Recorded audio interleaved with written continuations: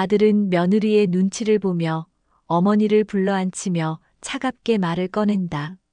엄마, 이제 혼자 계셔야 해요. 우리랑은 힘들어요. 아님 양로원에라도 가실래요? 순애는 떨리는 목소리조차 내지 못한다. 작은 보따리를 움켜쥔 채 손녀는 그 옆에서 눈치만 보며 고개를 푹 숙인다. 낡은 신발을 신은 어머니의 발자국, 외롭게 시골길을 향해 멀어진다. 이야기가 궁금하시다면 잠시 멈추고 구독과 좋아요 눌러주세요. 여러분의 응원이 더 큰 반전을 만듭니다. 새벽 5시 경기도 외곽의 작은 시골 마을. 아직 어둠이 짙게 깔린 가운데 김순애의 낡은 한옥집 마당에서 작은 불빛이 움직입니다. 68세의 순애가 손전등을 켜고 대문을 나서는 모습이 어둠 속에서 또렷하게 드러납니다. 오래된 고무신이 자갈길을 밟으며 내는 소리만이 고요한 새벽을 깨뜨립니다. 오늘도 또 시작이구나. 순애는 차가운 새벽 공기를 깊게 들이마시며 혼잣말을 중얼거립니다. 해진 저고리 위에 걸친 낡은 조끼, 무릎이 다해진 몸빼바지, 그리고 지늘기 굳어붙은 장화. 도시 사람들이 보면 한심해할 차림새지만 순애에게는 가장 편안한 작업복입니다. 논뚝길을 천천히 걸어가는 순애의 뒷모습이 손전등 불빛과 함께 화면에 잡힙니다. 구부정한 어깨, 조금씩 느려진 걸음걸이지만 그 안에는 여전한 의지가 담겨 있습니다. 50년 넘게 걸어온 이 길, 남편과 함께 일궈온 추억이 서린 이 땅을 향한 발걸음입니다. 첫 번째 논밭에 도착한 순애는 쪼그려 앉아 잡초를 뽑기 시작합니다. 손전등을 땅에 비추며 한 포기씩 정성스럽게 제거하는 모습이 클로즈업 됩니다. 흙 묻은 두 손, 굵어진 손가락 관절, 검버섯이 핀 손등이 선명하게 보입니다. 이슬에 젖은 잡초들이 순애의 바지 끝을 적시고 모기들이 윙윙거리며 달려들지만 순애는 개의치 않습니다. 이 노는 내 남편이 목숨처럼 지켜온 거지. 내가 갈 때까지는 버텨야지. 순애의 목소리가 새벽 공기 속에 울려 퍼집니다. 카메라는 순애의 주름진 얼굴을 비추며 그 눈가에 맺힌 이슬 같은 눈물 자국을 포착합니다. 남편이 세상을 떠난 지 벌써 10년 혼자서 이 넓은 땅을 지키는 일이 얼마나 버거운지 아는 사람은 아무도 없습니다. 동이 트기 시작하자 하늘이 서서히 밝아집니다. 순애는 허리를 펴고 멀리 떠오르는 해를 바라봅니다. 논 위에 피어오르는 물 한 개, 새들의 지저김, 바람에 흔들리는 벼 이삭들이 한 폭의 그림 같은 풍경을 연출합니다. 하지만 이 아름다운 광경을 함께 볼 사람은 순애 혼자뿐입니다. 아이고, 벌써 이렇게 늙었나. 순애는 논두렁에 앉아 자신의 손을 내려다봅니다. 젊었을 때는 하얗고 부드러웠던 손이 이제는 나무 껍질처럼 거칠어졌습니다. 손톱 밑에는 지워지지 않는 흙대가 끼어 있고 손가락 마디마디에는 오랜 노동의 흔적이 새겨져 있습니다. 오전 8시가 되자 순애는 두 번째 밭으로 향합니다. 이곳은 고추와 배추를 기르는 텃밭입니다. 빨갛게 익은 고추들이 주렁주렁 매달려 있고 배추들이 싱그럽게 자라고 있습니다. 순애는 고추 몇 개를 따서 바구니에 담으며 흐뭇하게 웃습니다. 우리 진수가 좋아하던 고춧가루 만들어야지. 서울에 사는 아들 박진수를 떠올리며 순애의 얼굴에 미소가 번집니다. 40이 넘은 아들이지만 여전히 그녀에게는 어린 아이 같습니다. 이 밭에서 뛰어놀던 모습, 학교 갈 때마다 엄마 도시락 하며 졸라대던 모습이 눈에 선합니다. 그때는 이런 시골 생활이 당연했는데 이제 아들은 도시의 화려함에 익숙해져 버렸습니다. 11시가 되자 순애는 집으로 돌아갑니다. 작고 낡은 한옥집이지만 정갈하게 정리되어 있습니다. 마당 한쪽에는 장독대가 줄지어 서 있고 처마 밑에는 고추와 무가 줄에 매달려 말라가고 있습니다. 순애는 우물에서 찬물을 길어 올려 얼굴과 손을 씻습니다. 차가운 물이 얼굴을 적시자 피로가 조금씩 가시는 것 같습니다. 부엌에서 점심을 준비하는 순애의 모습이 정겹게 그려집니다. 낡은 가스레인지에 불을 켜고 된장찌개를 끓입니다. 직접 담근 된장의 구수한 냄새가 부엌 안을 가득 채웁니다. 하지만 순애는 습관처럼 밥그릇 2개를 상에 놓습니다. 남편이 없다는 걸 알면서도 자꾸만 두 사람 몫을 준비하게 됩니다. 여보, 오늘 논에 잡초가 참 많이 자랐어. 내일은 또 다른 밭을 해야겠어. 순애는 빈자리를 향해 말을 건넵니다. 텅 빈 방 안에 순애의 목소리만 울려 퍼집니다. 대답은 없지만 이런 대화가 외로움을 달래주는 유일한 방법입니다. 밥을 먹으며 순애는 벽에 걸린 가족 사진을 바라봅니다. 아들의 결혼식 사진, 손녀 민지의 돌사진, 남편과 함께 찍은 마지막 사진들이 시간의 흐름을 말해줍니다. 우리 민지는 벌써 중학생이 됐을 텐데 얼마나 예뻐졌을까. 순애의 눈가에 따뜻한 미소가 번집니다. 오후에는 마을 어기 정자로 향합니다. 다른 할머니 몇 명이 이미 모여 앉아 이야기를 나누고 있습니다. 모두 비슷한 나이, 비슷한 처지의 사람들입니다. 자식들은 도시로 나가고 혼자 남겨진 채로 하루하루를 버텨가는 그런 사람들 말이죠. 순애야, 진수는 언제 내려올 거냐? 옆집 할머니가 부채질을 하며 묻습니다. 순애는 잠시 망설이다가 대답합니다. 추석 때나 올 것 같아. 바쁘다고 하더라고. 사실 아들과는 한 달에 한 번 통화하는 것도 어려운 상황입니다. 며느리는 더더욱 연락이 뜸합니다. 요즘 젊은 것들은 다 그래. 우리 때와는 달라. 다른 할머니가 한숨을 쉽니다. 모두 고개를 끄덕이며 공감합니다. 시대가 바뀌었다는 걸 알지만 가끔은 서운한 마음이 드는 것도 사실입니다. 해질녘 순애는 다시 논밭을 돌아봅니다. 하루 종일 정성스럽게 돌본 덕분에 깔끔해진 모습을 보니 뿌듯합니다. 석양이 논 위에 황금빛 물결을 만들고 귀뚜라미 소리가 저 멀리서 들려옵니다. 이런 평화로운 순간이야말로 순애에게 주어진 작은 선물인지도 모릅니다. 밤이 되어 혼자 앉아있는 순애의 마음속에는 복잡한 감정들이 교차합니다. 외로움, 그리움, 그리고 희망이 뒤섞여 있습니다. 하지만 이 모든 것을 견디게 하는 힘은 바로 가족에 대한 변함없는 사랑입니다. 민지야, 할머니가 보고 싶다. 순애는 어둠 속에서 조용히 중얼거립니다.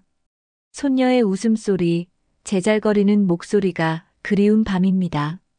추석이 코앞으로 다가온 9월의 어느 날, 순애는 새벽부터 분주하게 움직입니다. 오늘은 서울에 있는 아들 가족을 만나러 가는 날입니다.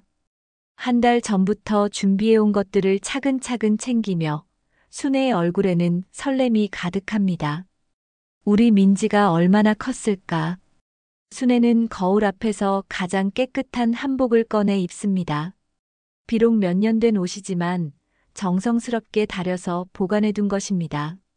머리도 단정하게 빗어 넘기고 화장품이라고는 립스틱 하나뿐이지만 그것마저 조심스럽게 발라봅니다. 부엌에서는 이미 새벽부터 송편을 빚기 시작했습니다.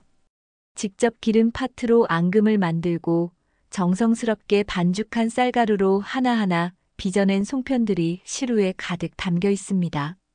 진수가 어렸을 때 가장 좋아하던 거였는데 순애는 김이 모락모락 나는 송편을 보며 흐뭇하게 웃습니다. 오래된 보자기에 정성스럽게 송편을 싸고 직접 기른 배추로 담근 김치, 고춧가루, 그리고 손수 말린 무까지 빠뜨리지 않고 챙깁니다. 가방 한쪽에는 손녀 민지를 위해 준비한 작은 선물도 들어 있습니다. 시장에서 산 것은 아니지만 순애가 손수 뜬 털모자와 목도리입니다. 버스 정류장까지 가는 길, 순애의 발걸음이 평소보다 가볍습니다. 무거운 짐을 들고 있지만 가족을 만난다는 기대감이 모든 피로를 잊게 만듭니다. 오랜만에 다 같이 밥도 먹고 민지랑 이야기도 많이 하고 순애는 혼자서 계획을 세워봅니다. 2시간 넘는 버스 여행 끝에 서울에 도착한 순애는 복잡한 지하철역에서 잠시 당황합니다. 몇 년 사이에 또 많이 바뀐 모습에 어리둥절하지만 천천히 길을 찾아 아들이 사는 아파트 단지에 도착합니다. 높이 솟은 아파트들을 올려다보며 순애는 새삼 놀랍니다. 우리 진수가 이런 좋은 곳에 살고 있구나. 아파트 현관문 앞에서 순애는 잠시 숨을 고릅니다. 초인종을 누르기 전에 옷매무새를 다시 한번 점검하고 가져온 선물들이 잘 포장되어 있는지 확인합니다. 떨리는 마음으로 초인종을 누르자 곧 문이 열립니다. 어머니, 문을 연 것은 며느리 이정희입니다. 빨간색 원피스를 입고 화장을 짙게 한 모습이 순애와는 사뭇 대조적입니다. 정희의 얼굴에는 순간적으로 당황스러운 표정이 스쳐갑니다. 아, 오늘 오신다고 하셨나요? 그래, 며칠 전에 진수한테 연락했는데. 순애는 어색한 분위기를 느끼며 조심스럽게 대답합니다.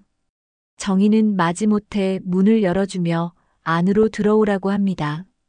하지만 그 표정에서는 반가움보다는 귀찮음이 더 크게 느껴집니다. 거실로 들어선 순애는 깔끔하게 정리된 인테리어에 감탄합니다. 하얀색과 베이지색으로 통일된 소파, 큰 TV, 그리고 벽에 걸린 가족 사진들까지 모든 것이 세련되고 현대적입니다. 하지만 어딘가 차가운 느낌도 듭니다. 민지야, 할머니 왔다. 순애는 기대에 찬 목소리로 손녀를 부릅니다. 잠시 후 방에서 나온 민지는 예전보다 훨씬 커 있습니다. 중학생이 된 민지는 스마트폰을 손에 들고 있으며 할머니를 보는 순간 잠깐 미소를 짓습니다. 할머니. 민지가 달려와 안기자 순애의 마음이 벅차오릅니다. 우리 민지 얼마나 컸니? 할머니가 얼마나 보고 싶었는지 몰라. 순애는 손녀를 꼭 껴안으며 눈물이 날 것 같은 감정을 애써 참습니다. 하지만 기쁨도 잠시, 정희가 코를 찡그리며 다가옵니다. 어머니, 그 옷 좀 오래된 것 같은데요. 그리고 냄새가. 정희의 말에 순애는 당황합니다. 집에서 나올 때 깨끗하게 씻고 왔는데 무슨 냄새를 말하는 건지 알 수 없습니다. 아, 미안해. 버스 타고 오느라. 순애는 어색하게 웃으며 변명합니다. 하지만 정희의 표정은 여전히 좋지 않습니다. 오히려 더 심각해집니다. 어머니, 제발 이런 옷 좀 입고 오지 마세요. 우리 아파트 체면이 있잖아요. 정희의 목소리가 갑자기 높아집니다. 순애는 깜짝 놀라며 정희를 바라봅니다. 무엇이 잘못되었는지 이해할 수 없습니다. 이때 진수가 회사에서 돌아옵니다. 엄마 언제 오셨어요? 진수는 어머니를 보고 반갑게 인사하지만 아내의 굳은 표정을 보고는 분위기를 눈치챕니다. 여보, 어머니가 갑자기 오셨는데 좀. 정희가 진수에게 눈짓을 합니다. 진수는 난감한 표정으로 어머니와 아내 사이에서 어쩔 줄 모릅니다. 순애는 가져온 보자기를 펼치며 분위기를 바꿔보려 합니다. 진수야, 내가 좋아하던 송편 만들어 왔어. 그리고 김치도 새로 담갔고. 하지만 정희는 더욱 인상을 찌푸립니다. 그런 것들 우리 집에서 안 먹어요. 냄새나고 지저분해서. 정희의 말에 순애의 얼굴이 굳습니다. 며칠 밤을 새워가며 정성스럽게 준비한 것들이 이런 취급을 받는다니 믿을 수 없습니다.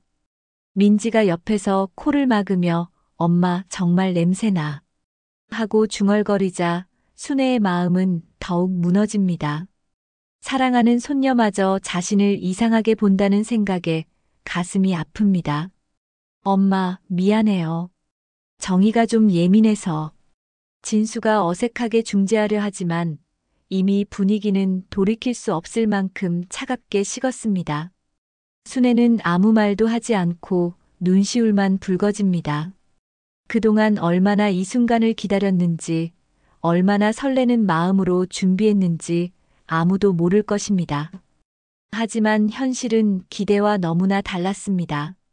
일단 앉으세요, 어머니. 진수가 소파를 가리키며 말하지만 순애는 이미 마음의 문을 닫아버린 상태입니다.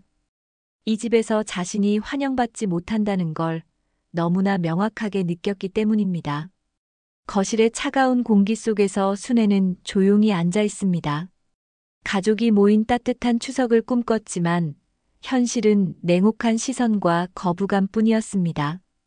이것이 바로 가족의 균열이 본격적으로 시작되는 순간이었습니다. 저녁 시간이 되자 아파트 거실에는 명절 분위기가 무색할 정도로 차가운 공기가 흘렀습니다.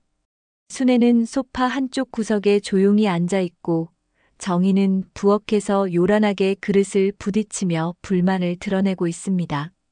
진수는 TV를 켜놓고 있지만 집중하지 못하고 있고 민지는 자신의 방으로 들어가 버렸습니다. 여보, 저녁 준비 좀 도와줘요. 정희가 부엌에서 소리칩니다. 하지만 그 목소리에는 평소와 다른 날카로움이 섞여 있습니다. 진수는 어머니를 힐끗 보며 부엌으로 향합니다. 순애는 혼자 거실에 남겨진 채 벽시계 소리만 들으며 시간을 보냅니다. 부엌에서 정희와 진수의 대화가 들려옵니다.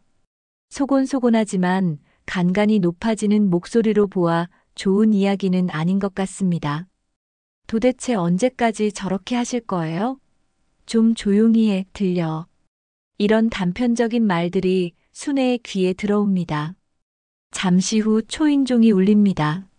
진수의 직장 동료들이 명절 인사를 하러 온 것입니다. 젊은 부부와 어린아이 둘이 함께 왔습니다. 안녕하세요. 추석 잘 보내세요. 밝고 경쾌한 목소리가 아파트 안을 가득 채웁니다. 정희는 갑자기 표정이 밝아지며 손님들을 맞이합니다. 어머, 오셨어요. 들어오세요. 아까까지의 차가운 모습은 온데간데 없고 완전히 다른 사람이 된 것 같습니다. 화려한 빨간 원피스가 조명 아래서 더욱 눈에 띕니다.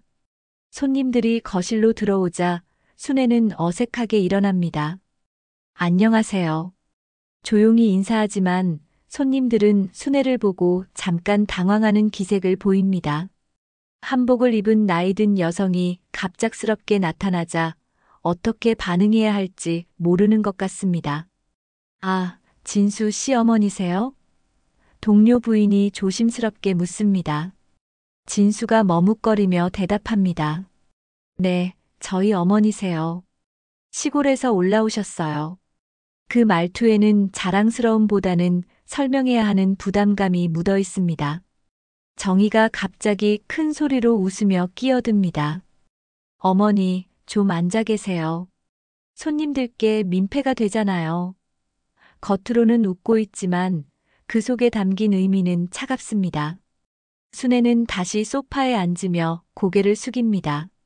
손님들이 모여 앉자 정희는 본격적으로 자신의 불만을 터뜨리기 시작합니다.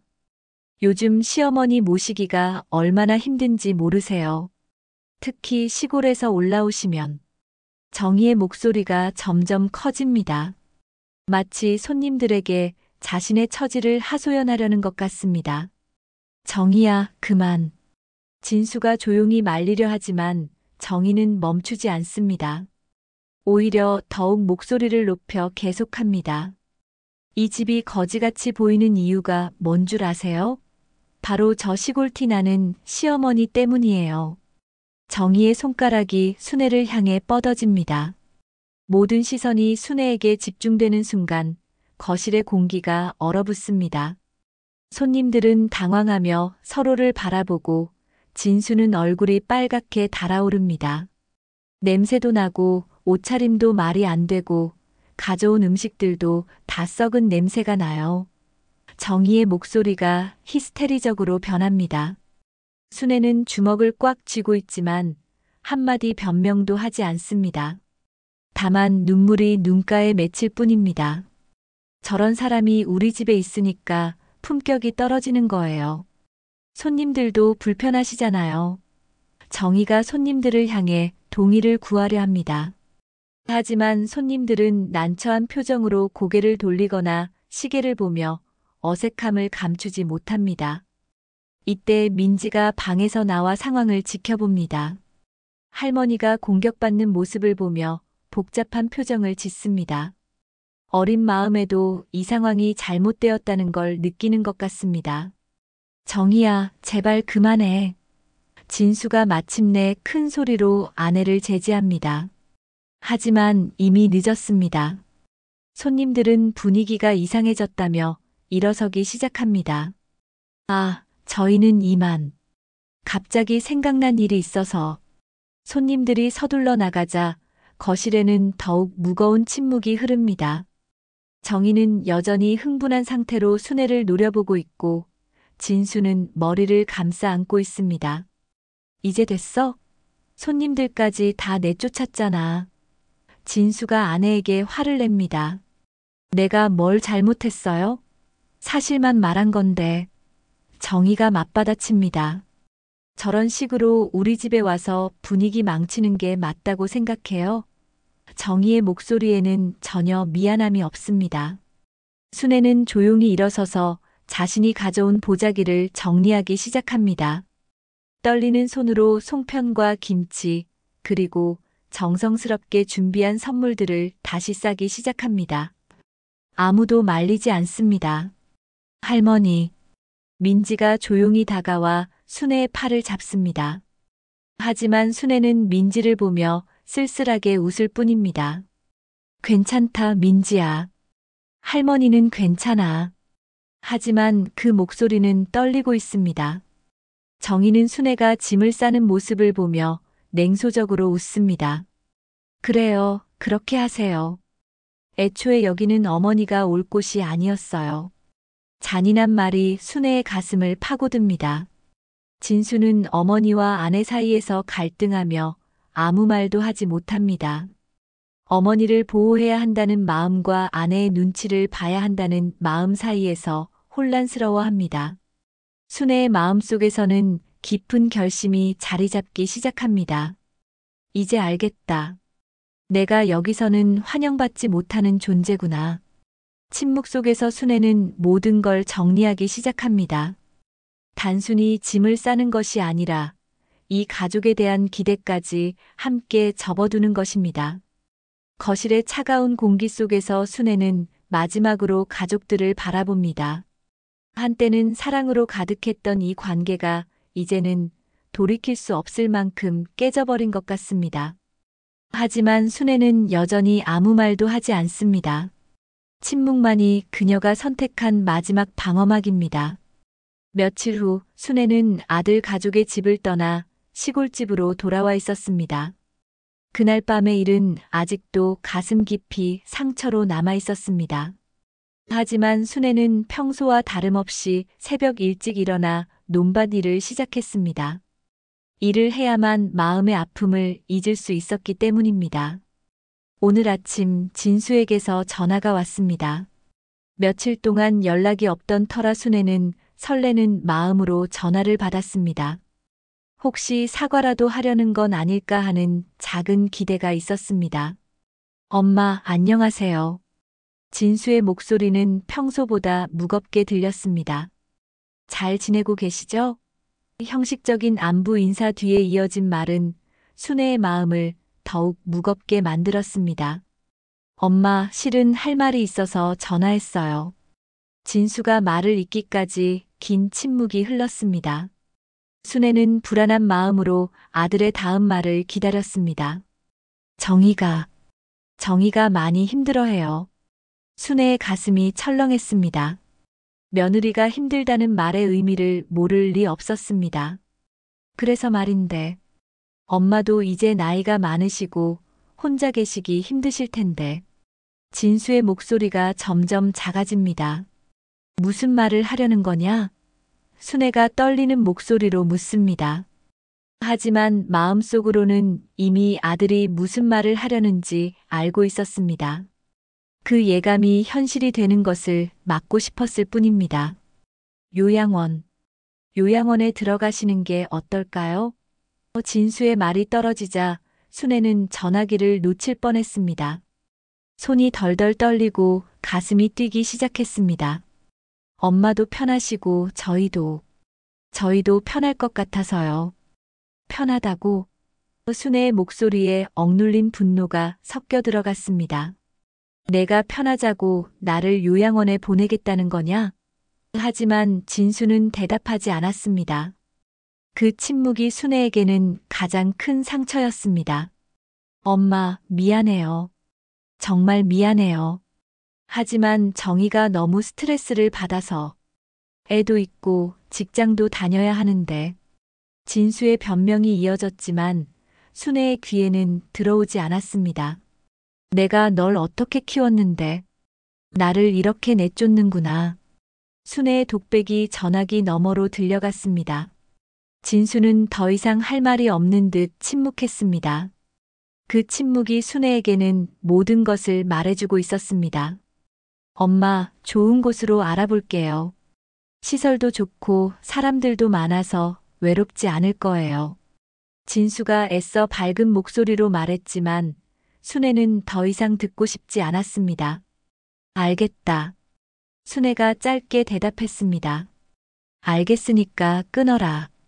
전화를 끊은 후 순애는 한동안 그 자리에 앉아 있었습니다. 텅 빈 집안에 전화벨 소리의 여운만 울려 퍼질 뿐이었습니다. 순애는 부엌으로 가서 찬물 한 컵을 마셨습니다. 손이 떨려서 물컵을 제대로 잡기도 힘들었습니다. 내가 이 나이에 쫓겨나는구나. 현실이 받아들여지지 않았습니다. 오후가 되자 순애는 마당에 나가 빨래를 널었습니다. 하지만 평소와 달리 손놀림이 둔해졌습니다. 아들의 말이 계속 머릿속을 맴돌았기 때문입니다. 요양원에 들어가시는 게 어떨까요? 그 말이 귓가에서 떠나지 않았습니다. 저녁때가 되어 혼자 밥을 먹으려 했지만 목에 넘어가지 않았습니다. 며칠 전까지만 해도 가족과 함께 보낼 따뜻한 명절을 꿈꿨는데 이제는 요양원 이야기를 듣게 되다니 믿을 수가 없었습니다. 밤이 되어 순애는 남편의 영정 앞에 앉았습니다. 여보, 우리 진수가 나를 요양원에 보내겠다고 하네. 남편의 사진을 바라보며 혼잣말을 했습니다. 내가 뭘 잘못했을까? 그렇게 나쁜 어머니였을까? 눈물이 뺨을 타고 흘러내렸습니다. 68년을 살아오면서 이렇게 절망적인 기분을 느껴본 적은 없었습니다. 자식을 위해 평생을 바쳐 살았는데 결국 이런 대접을 받게 되다니 허무했습니다. 다음 날 아침 순애는 평소보다 일찍 일어났습니다. 잠이 오지 않아서 밤새 뒤척였기 때문입니다. 거울을 보니 눈이 퉁퉁 부어 있었습니다. 찬물로 얼굴을 씻으며 마음을 다잡으려 했습니다.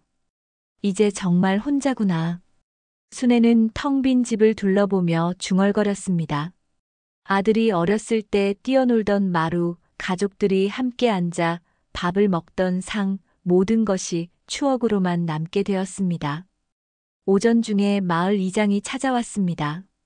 순애야, 웬일로 얼굴이 그래? 이장은 순애의 붓한 얼굴을 보고 걱정스럽게 물었습니다. 순애는 별일 아니라고 대답했지만 이장은 눈치를 챈 듯 했습니다. 아들한테 무슨 일 있었나? 이장의 직접적인 질문에 순애는 더 이상 숨길 수 없었습니다. 요양원에 들어가라고 하네. 짧게 대답했지만 그 안에 담긴 아픔은 컸습니다. 뭐라고? 그 좋은 아들이? 이장이 놀라며 물었습니다. 마을 사람들은 모두 진수를 착한 아들로 알고 있었기 때문입니다. 세상에, 요즘 자식들은 다 그런가 봐. 이장이 돌아간 후 순애는 혼자 남겨졌습니다. 하지만 이제는 눈물도 나오지 않았습니다. 대신 마음속 깊은 곳에서 차가운 결심이 생겨나기 시작했습니다. 내가 정말 무력한 노인일까? 정말 쫓겨나야 할 존재일까?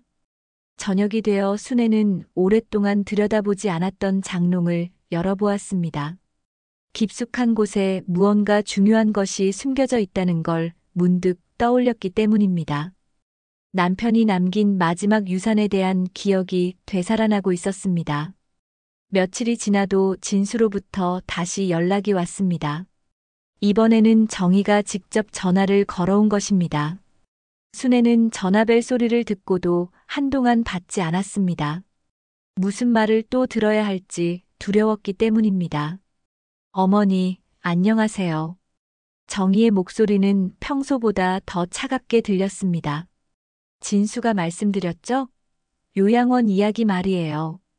정희는 돌려 말하지 않고 바로 본론으로 들어갔습니다.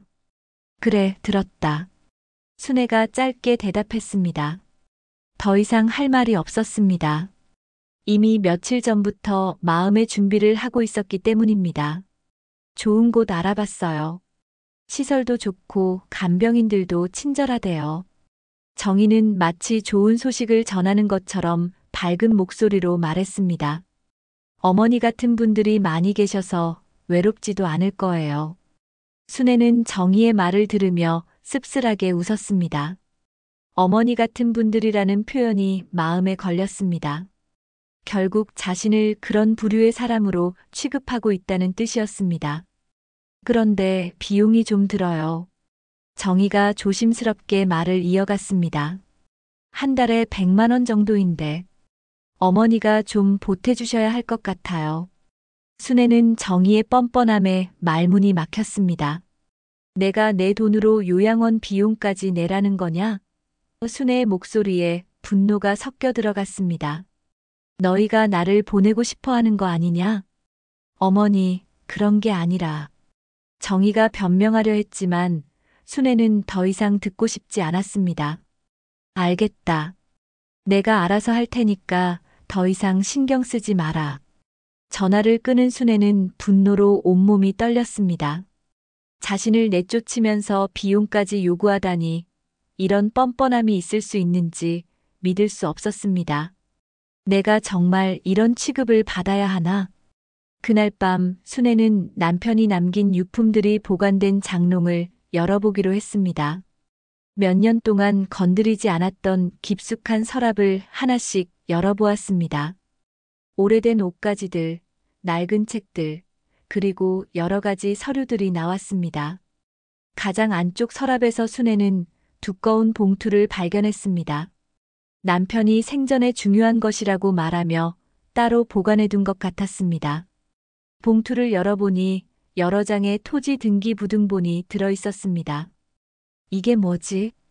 순애는 서류들을 하나씩 펼쳐보았습니다.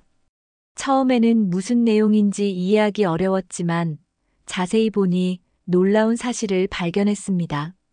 자신의 이름으로 등록된 땅이 생각보다 훨씬 많았던 것입니다. 집 주변 논밭뿐만 아니라 마을 외곽의 임야, 그리고 개발 예정 지역의 토지까지 모두 순애의 명의로 되어 있었습니다. 총 면적을 계산해 보니 거의 3,000평에 달했습니다. 이런 게 다 내 명의였다고? 순애는 믿을 수 없다는 표정으로 서류들을 다시 한번 확인했습니다. 남편이 평생에 걸쳐 조금씩 사들인 땅들을 모두 아내 명의로 해놓았던 것입니다. 순애의 마음속에 새로운 감정이 일어났습니다. 그동안 자신을 무력하고 가난한 시골 할머니로만 생각했는데 사실은 상당한 재산을 가진 토지 소유자였던 것입니다. 진수와 정희가 이걸 알까? 다음 날 아침 순애는 마을 부동산에 문의해 보았습니다. 현재 토지 가격이 얼마나 되는지 궁금했기 때문입니다. 부동산 사장은 순애가 가져온 서류를 보고 깜짝 놀랐습니다. 어머니, 이거 대단한 재산이네요. 부동산 사장이 흥분하며 말했습니다. 특히 이 개발 예정지는 곧 땅값이 몇 배로 오를 예정이에요. 지금도 평당 100만 원은 넘을걸요. 순애는 계산을 해보고 놀랐습니다. 자신이 가진 땅의 총 가치가 수십억 원에 달한다는 사실을 알게 된 것입니다. 그동안 단순히 농사지을 땅 정도로만 생각했는데 실제로는 엄청난 재산이었습니다. 그런데 어머니, 이 땅들 어떻게 하실 생각이세요? 부동산 사장이 물었습니다. 팔 생각이시라면 지금이 좋은 시기일 수도 있어요. 순애는 고개를 저었습니다. 아직은 팔 생각 없어. 좀 더 생각해 볼게. 하지만 마음속으로는 이미 계획을 세우기 시작했습니다. 이 재산을 어떻게 활용할지에 대한 계획 말입니다. 집으로 돌아온 순애는 법무사 사무소에 전화를 걸었습니다. 상속과 관련된 법적 절차에 대해 문의하고 싶었기 때문입니다. 유언장 작성하고 싶은데 어떻게 하면 되나요? 법무사는 친절하게 설명해 주었습니다. 유언장 작성 방법, 상속 절차, 그리고 증여에 관한 법적 요건들을 자세히 알려주었습니다. 순애는 메모를 하며 열심히 들었습니다. 특히 손녀에게 상속하고 싶다면 미리 준비해 두시는 게 좋습니다. 법무사의 조언에 순애는 고개를 끄덕였습니다. 바로 그것이 순애가 원하는 일이었습니다. 그날 저녁 순애는 민지에게 전화를 걸었습니다. 아이의 목소리를 듣고 싶었고 동시에 확인하고 싶은 것이 있었기 때문입니다. 민지야, 할머니야. 할머니. 민지의 밝은 목소리가 들려왔습니다. 순애의 마음이 따뜻해졌습니다.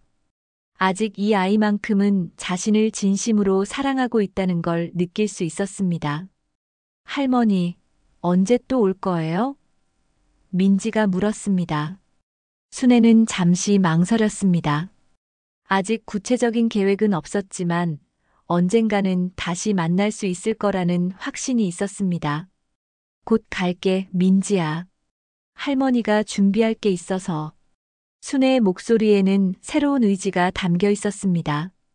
이제는 단순히 당하고만 있지 않겠다는 결심이 서기 시작했습니다.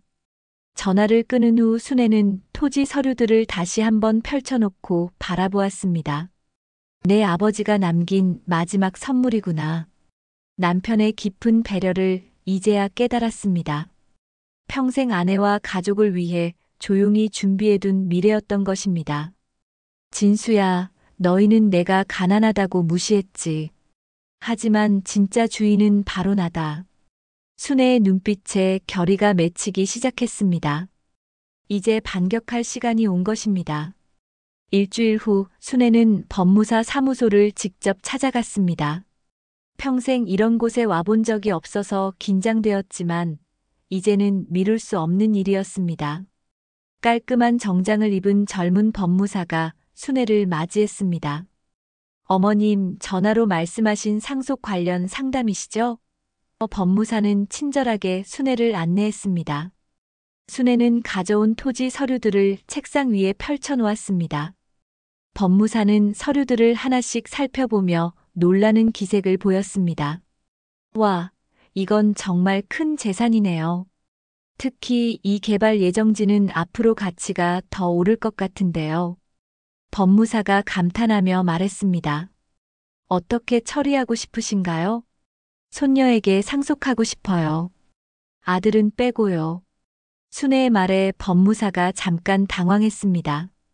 아들분을 제외하고 손녀분에게만 상속하시겠다는 말씀이신가요? 그래요. 아들한테는 한 평도 주고 싶지 않아요. 순애의 목소리에는 단호함이 묻어 있었습니다. 그 아이는 나를 요양원에 보내려고 하거든요. 법무사는 잠시 고민하더니 설명을 시작했습니다. 법적으로는 가능합니다. 하지만 몇 가지 절차가 필요해요. 우선 공정증서 유언을 작성하는 것이 가장 확실한 방법입니다. 그게 뭔가요? 순애가 물었습니다. 법무사는 차근차근 설명해 주었습니다. 공증인이 참여해서 만드는 유언장이에요. 나중에 법적 효력이 확실하게 인정됩니다. 1시간 넘게 상담을 받은 순애는 모든 절차를 이해했습니다. 유언장 작성, 증여 계약서 준비, 그리고 등기 이전 절차까지 복잡하지만 불가능하지는 않았습니다. 언제부터 시작할까요? 법무사가 물었습니다. 순애는 주저하지 않고 대답했습니다. 지금 당장 시작해요. 빨리 끝내고 싶어요. 며칠 후 순애는 공증사무소에서 유언장을 작성했습니다. 모든 토지를 손녀 민지에게 상속한다는 내용이었습니다. 공증인 앞에서 직접 서명하고 도장을 찍는 순간 순애는 묘한 해방감을 느꼈습니다. 같은 시간 서울에서는 진수와 정희가 요양원을 둘러보고 있었습니다. 여기가 괜찮은 것 같은데요? 정희가 시설을 둘러보며 만족스러워했습니다. 어머니께 딱 맞을 것 같아요. 그런데 비용이 좀 비싸네요. 진수가 걱정스럽게 말했습니다. 한 달에 150만 원이라는 금액이 부담스러웠습니다. 어머니가 돈을 좀 보태주셔야 할 것 같아요. 당연히 그래야죠. 어머니 명의로 된 땅들도 있다고 하던데 그거 팔면 되잖아요. 정희는 아무렇지 않게 말했습니다. 시어머니의 재산을 자신들의 것인 양 여기고 있었습니다. 진수는 고개를 끄덕였습니다. 엄마한테 전화해서 말씀드려야겠어요. 요양원 계약금도 필요하고요. 두 사람은 이미 순애의 동의 없이 모든 것을 결정해버린 상태였습니다. 그날 저녁 순애에게 진수로부터 전화가 왔습니다. 엄마, 좋은 요양원 찾았어요. 다음 주에 입소하시면 돼요. 진수는 마치 좋은 소식을 전하는 것처럼 말했습니다. 그래. 순애는 예상했던 일이라 놀라지 않았습니다. 그런데 비용은 어떻게 할 거냐? 엄마가 가지고 계신 땅 좀 파시면 될 것 같아요. 어차피 혼자서 관리하기도 힘드시잖아요. 진수의 말에 순애는 냉소적으로 웃었습니다. 내 땅을 팔아서 요양원 비용을 내라는 거냐? 순애의 목소리가 차가워졌습니다. 너희가 나를 보내면서 내 돈까지 쓰겠다는 거냐? 엄마, 그런 게 아니라. 진수가 당황하며 변명했지만 순애는 더 이상 듣고 싶지 않았습니다. 알겠다. 내가 알아서 하겠다. 전화를 끊은 순애는 분노로 온몸이 떨렸습니다. 자신을 내쫓으면서 재산까지 빼앗으려 한다니 이런 뻔뻔함이 있을 수 있는지 믿을 수 없었습니다. 다음 날 순애는 법무사에게 다시 연락했습니다. 증여 절차를 빨리 진행해 주세요. 더 이상 기다릴 수 없을 것 같아요. 법무사는 순애의 절박함을 느끼고 즉시 준비에 들어갔습니다.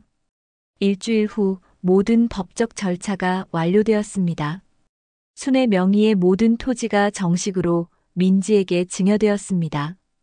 등기부등본에는 새로운 소유자로 민지의 이름이 선명하게 기록되었습니다. 이제 끝났습니다. 법무사가 서류를 건네주며 말했습니다. 손녀분이 성인이 되기 전까지는 어머님이 관리하시면 됩니다. 순애는 서류를 받아들고 깊은 안도감을 느꼈습니다. 이제 아들과 며느리가 아무리 욕심을 부려도 한 평의 땅도 가져갈 수 없게 되었습니다. 그날 저녁 순애는 민지에게 전화를 걸었습니다. 민지야, 할머니가 중요한 이야기가 있어. 민지의 밝은 목소리가 들려왔습니다. 할머니, 무슨 일이에요? 할머니가 너에게 선물을 준비했어. 아주 큰 선물이야. 순애의 목소리에는 따뜻함이 묻어 있었습니다. 나중에 크면 알게 될 거야. 와, 정말요? 뭔데요? 민지가 궁금해하며 물었습니다. 순애는 미소를 지으며 대답했습니다. 비밀이야. 하지만 할머니가 너를 얼마나 사랑하는지 보여주는 선물이야. 전화를 끊은 후 순애는 창밖을 바라보았습니다.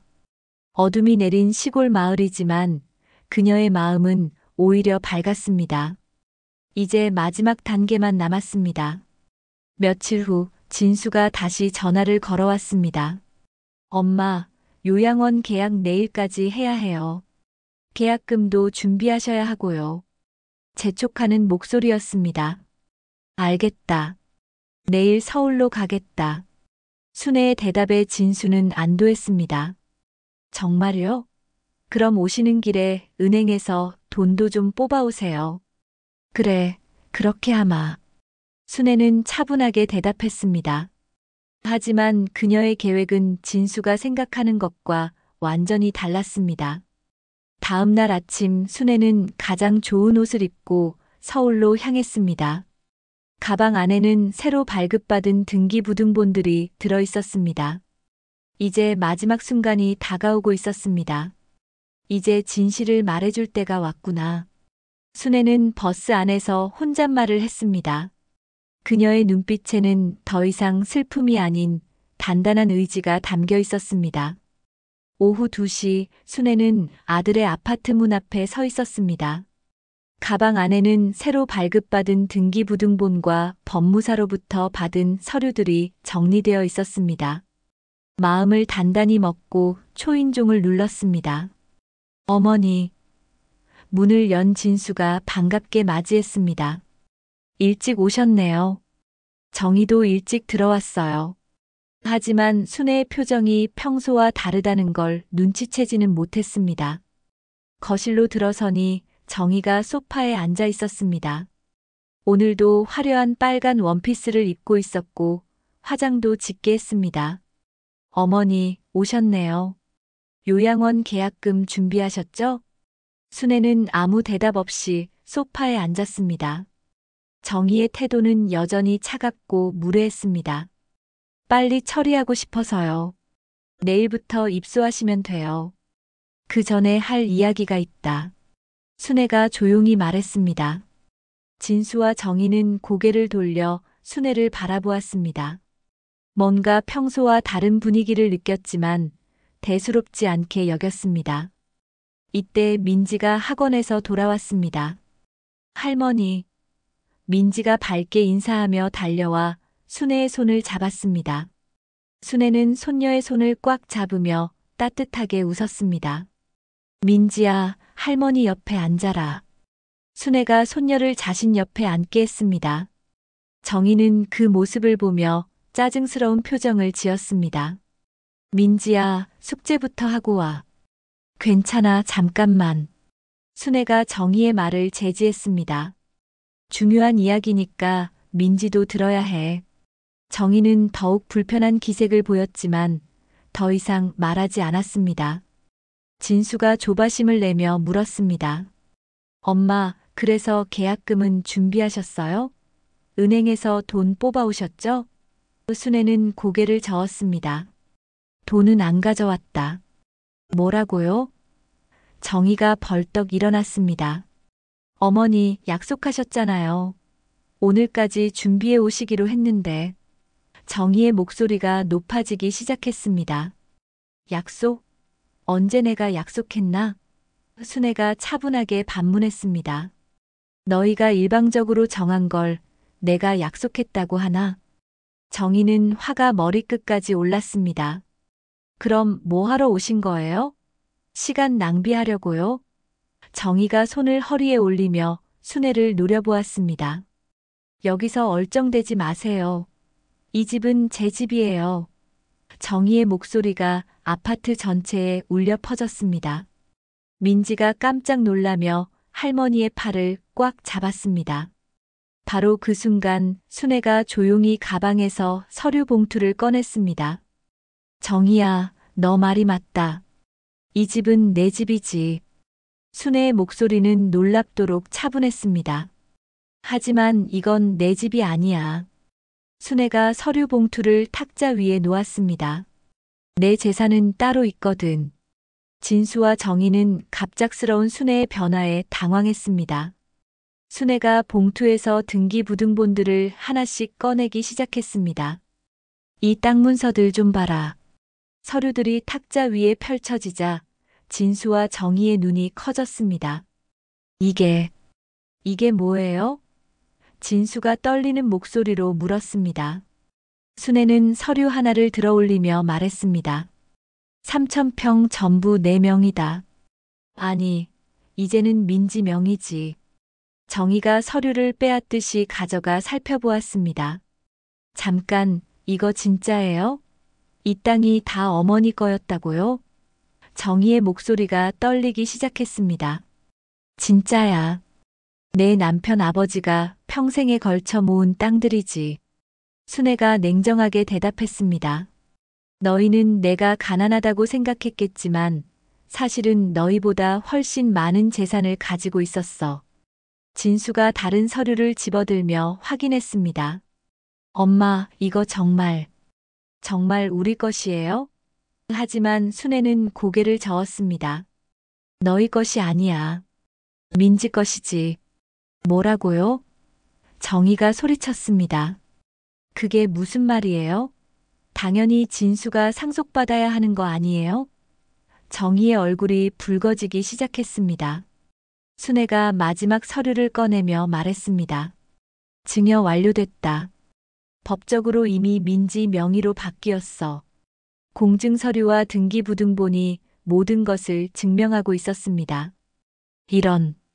이런 게 말이 돼요? 정희가 발을 동동 구르며 소리쳤습니다. 어머니가 저희 몰래 이런 짓을 하다니. 하지만 순애는 전혀 흔들리지 않았습니다. 너희한테는 단 한 평도 안 줄 거다. 순애의 말이 차갑게 떨어졌습니다. 나를 요양원에 보내려고 하고 내 돈으로 비용까지 내라고 하더니 이제 와서 내 재산을 탐내나. 진수가 무릎을 꿇으며 어머니 앞에 앉았습니다. 엄마, 잘못했어요. 정말 잘못했어요. 다시 생각해 주세요. 하지만 순애는 냉정했습니다. 늦었다. 이미 끝난 일이야. 순애가 민지의 손을 잡으며 말했습니다. 민지야, 이 모든 땅이 이제 내 것이야. 할머니가 너에게 주는 선물이지. 민지가 울먹이며 할머니의 손을 더 꽉 잡았습니다. 할머니, 제가 지켜드릴게요. 엄마 아빠가 할머니를 괴롭히면 안 돼요. 어린 목소리지만 진정성이 담겨 있었습니다. 정희는 정신을 못 차리고 서류들을 뒤져보았습니다. 이거 취소할 수 있죠? 법적으로 무효 아니에요? 하지만 모든 서류가 정식으로 처리되어 있었습니다. 공정증서로 만든 유언장까지 있어. 순애가 마지막 카드를 내놓았습니다. 내가 죽어도 민지 외에는 아무도 이 재산을 건드릴 수 없게 해놨어. 진수와 정희는 서로를 바라보며 경악했습니다. 몇십억 원의 재산이 눈앞에서 사라져버린 것입니다. 그것도 자신들이 무시했던 시어머니의 손에 의해서 말입니다. 어머니. 진수가 떨리는 목소리로 불렀지만 순애는 이미 일어서고 있었습니다. 이제 할 말은 다 했다. 나는 시골로 돌아간다. 정희가 마지막 발악을 했습니다. 어머니, 정말 이러실 거예요? 우리가 가족인데. 하지만 순애는 뒤돌아보지도 않았습니다. 가족? 순애가 문 앞에서 멈춰서며 돌아보았습니다. 가족이 서로를 요양원에 보내고 재산을 빼앗으려고 하나? 그 말이 떨어지자 거실은 완전한 침묵에 빠졌습니다. 순애가 문을 나서려는 순간 민지가 갑자기 일어나 할머니의 뒤를 따라왔습니다. 할머니, 저도 같이 갈래요. 민지의 외침에 순애는 발걸음을 멈췄습니다. 뒤돌아보니 민지의 눈에 눈물이 가득했습니다. 민지야. 순애가 손녀의 어깨를 토닥이며 말했습니다. 괜찮아. 할머니는 괜찮다고. 하지만 민지는 고개를 저었습니다. 안 괜찮아요. 엄마 아빠가 할머니한테 너무 못했어요. 뒤에서 정희가 소리쳤습니다. 민지야, 당장 들어와. 하지만 민지는 할머니의 손을 더욱 꽉 잡았습니다. 싫어요. 할머니랑 같이 있을 거예요. 진수가 다급하게 나와서 딸을 말렸습니다. 민지야, 할머니가 힘드시니까 들어가자. 하지만 민지는 울면서 대답했습니다. 아빠가 할머니를 요양원에 보내려고 했잖아요. 그건 나빠요. 순애는 손녀의 진심을 느끼며 가슴이 벅찼습니다. 이 어린 아이만이 자신의 편에 서 있다는 사실이 위로가 되었습니다. 민지야, 할머니가 준비할 게 있어서 먼저 가야 해. 곧 다시 만날 수 있을 거야. 정말요? 약속해요? 민지가 눈물을 훔치며 물었습니다. 순애는 손녀의 손을 꽉 잡으며 대답했습니다. 약속한다. 할머니가 준비 다 끝나면 민지를 데리러 올게. 민지는 마지못해 고개를 끄덕였습니다.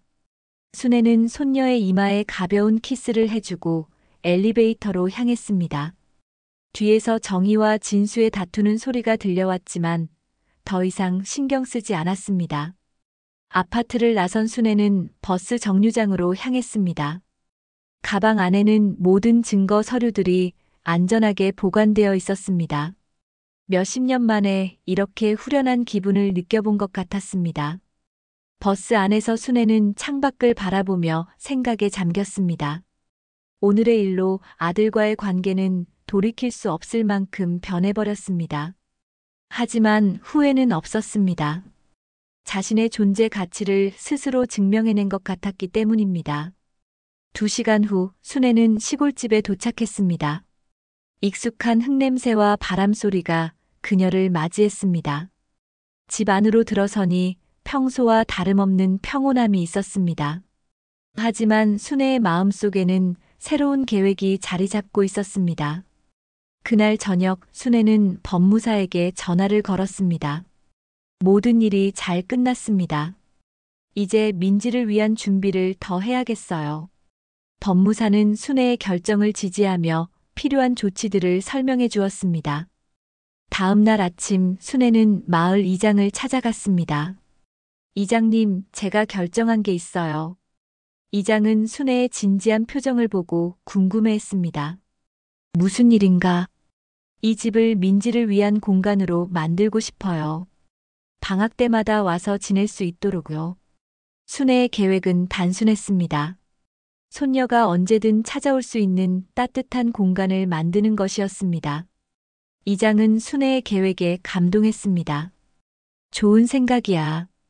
요즘 젊은 것들은 시골을 모르니까 민지가 이런 곳에서 자랄 수 있으면 좋겠어. 마을 사람들도 순애의 계획을 지지했습니다. 며칠 후 순애는 집 수리를 시작했습니다. 민지의 방을 새로 꾸미고 작은 도서관도 만들었습니다. 손녀가 좋아할 만한 것들로 가득 채워나갔습니다. 일하는 순애의 얼굴에는 오랜만에 진정한 기쁨이 떠올랐습니다. 같은 시간 서울에서는 진수와 정희가 심각한 대화를 나누고 있었습니다. 여보, 이제 어떻게 해야 해? 정희가 한숨을 쉬며 물었습니다. 몇십억 원의 재산을 놓친 충격이 아직도 가시지 않았습니다. 어머니께 사과해야 할 것 같아. 진수가 무거운 목소리로 말했습니다. 우리가 너무 심했어. 특히 너무 욕심을 부렸고. 하지만 정희는 여전히 받아들이기 어려워했습니다. 하지만 그 돈이 다 민지 것이 되었잖아. 결국 우리 가족 것이나 마찬가지 아냐? 정희의 말에 진수가 고개를 저었습니다. 그게 아니야. 어머니 마음을 상하게 하면 민지까지 잃을 수 있어. 민지는 자신의 방에서 할머니에게 편지를 쓰고 있었습니다. 어린 글씨로 정성스럽게 써내려가는 내용에는 할머니에 대한 사랑과 미안함이 가득했습니다. 할머니, 보고 싶어요. 빨리 만나고 싶어요. 일주일 후 순애에게 진수로부터 전화가 왔습니다. 엄마, 저예요. 정말 죄송해요. 제가 너무 못했어요. 진수의 목소리에는 진심 어린 후회가 묻어 있었습니다. 그래. 순애는 짧게 대답했습니다. 아직 마음의 상처가 아물지 않았지만 아들의 사과는 들어주고 싶었습니다. 많이 반성했나? 네, 정말 많이요. 어머니를 요양원에 보내려 했던 것, 재산을 탐냈던 것, 모든 게 잘못이었어요. 진수의 목소리가 떨렸습니다. 용서해 주세요. 순애는 한동안 침묵했습니다. 분노는 어느 정도 가라앉았지만 신뢰를 회복하기까지는 시간이 필요했습니다. 용서는 시간이 필요하다. 하지만 민지는 언제든 내게 보내라. 네, 알겠어요. 민지도 할머니 보고 싶어 해요. 진수가 대답했습니다. 방학 때 보내드릴게요.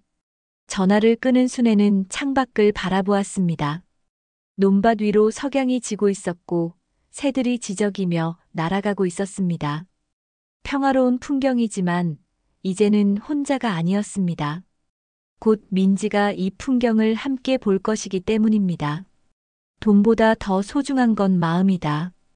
그걸 모르는 자식에게 줄 건 없다. 하지만 손녀에겐 진심을 남겨야지. 순애의 독백이 저녁 공기 속에 울려 퍼졌습니다. 며칠 후 민지가 할머니 집에 도착했습니다. 할머니. 민지가 달려와 순애를 꽉 안았습니다. 순애는 손녀를 품에 안으며 눈물을 흘렸습니다. 이제 정말로 새로운 시작이었습니다.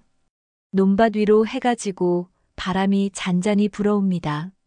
순애와 민지가 손을 맞잡고 그 풍경을 바라보고 있습니다. 할머니와 손녀의 진정한 사랑이 이 땅에 뿌리내리는 순간입니다. 돈이나 재산보다 더 값진 것은 바로 이런 진심 어린 마음이라는 것을 순애는 이제 확실히 알고 있었습니다. 카메라가 두 사람의 뒷모습을 비추며 천천히 멀어집니다. 평화로운 시골 마을의 저녁 풍경과 함께 진정한 가족의 의미를 되새기게 하는 따뜻한 마무리입니다. 시청자님의 구독 한 번이 더 많은 사연과 감동으로 이어집니다. 잊지 말고 눌러주세요. 감사합니다.